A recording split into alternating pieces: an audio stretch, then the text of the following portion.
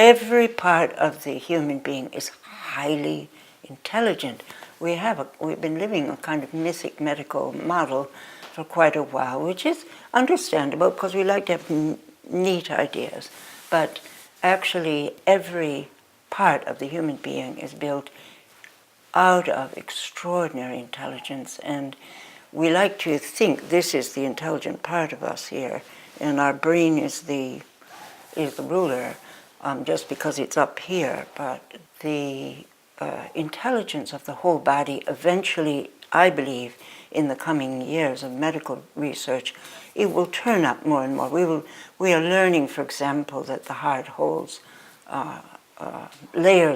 many layers of memory, and that Paul Pearsall, when he went to interview all the heart transplant people he could find in the world, and he asked them about their experiences, he told us in his marvelous book called The Heart's Code, about the memories of the previous owner of that heart, which were turning up within the new person who was integrating that heart. Even the speaking, the longing, the emotional world, and the intelligence of that old heart. It's knowing, for example, how to navigate in a sport field. A young woman who receives a young man's heart and it gets integrated. Then, there are many examples of this now. This young woman, she suddenly has a craving for beer, and she wants to get out and play football. And she has a passion, she has a feeling of a passionate interest in that. And where is that coming from?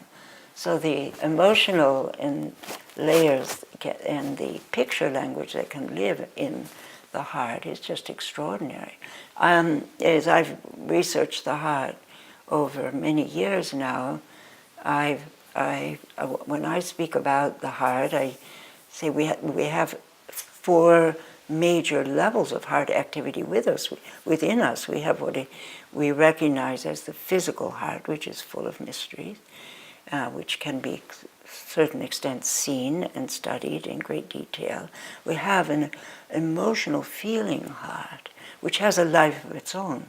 We have a high intelligence which is working in the heart.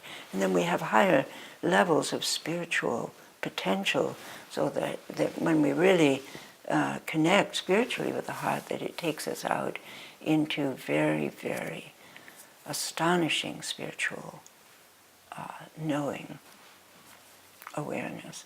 And all those levels are working and weaving, but we get attached to one or the other of them, and we think they're not all working and weaving together, but they are. In fact, the whole body is a vastly intricate weave that is, of course, we wouldn't have a brain, and the brain doesn't, push off and go flying, although it can seem so maybe in our modern drones, and aspects of the brain are out there flying and have detached themselves from this wondrous creation that is the whole human being.